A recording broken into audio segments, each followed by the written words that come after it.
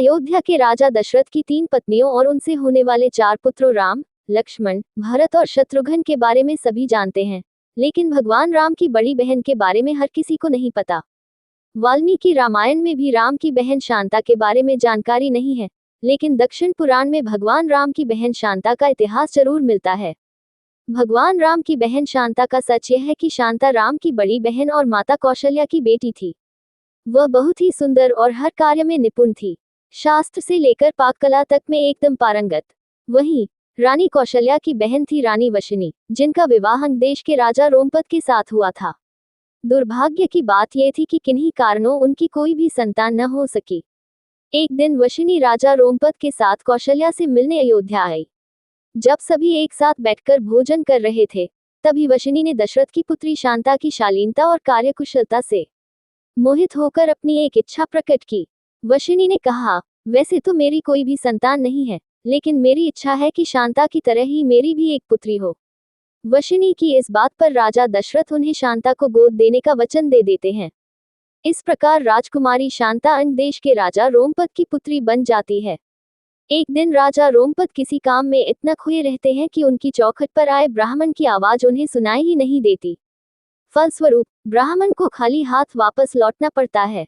देवराज इंद्र को राजा रोमपद द्वारा किया गया ब्राह्मण का यह अपमान जरा भी रास नहीं आता। वह अंग देश में वर्षा न करने का निश्चय कर लेते हैं। ऐसे में बिना वर्षा अंग देश में सूखा पड़ जाता है। इस वजह से अकाल की स्थिति पैदा हो जाती है। इस समस्या से उबरने के लिए राजा रोमपद ऋषि श्रृंग के पास जाते हैं और उनसे इस समस्या का उपाय पूछते हैं। ऋषि राजा को यज्ञ कराने की सलाह देते हैं, जिससे रूठे इंद्रदेव को मनाया जा सके। राजा रोमपद ऐसा ही करते हैं और यज्ञ के बाद अंग देश में पुनः वर्षा होती है।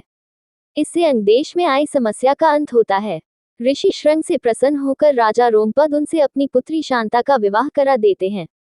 शांता के बाद राजा दशरथ की कोई संतान नहीं थी, इसके लिए वह बहुत ही चिंतित रहते थे। इसी कारण वह भी ऋषि श्रृंग के पास जाते हैं। ऋषि श्रृंग उन्हें कामाक्षी यज्ञ कराने की सलाह देते हैं। ऋषि के कहे अनुसार राजा दशरथ कामाक्षी यज्ञ संपन्न कराते हैं और प्रसाद के रूप में खीर बनवाते हैं।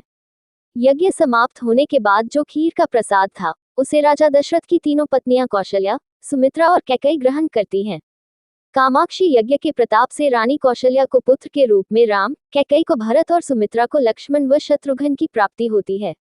चारों पुत्रों को अपनी बहन शांता के बारे में कुछ भी मालूम नहीं होता है। समय के साथ धीरे धीरे राम को अपनी माता के दुख का पता चलता है।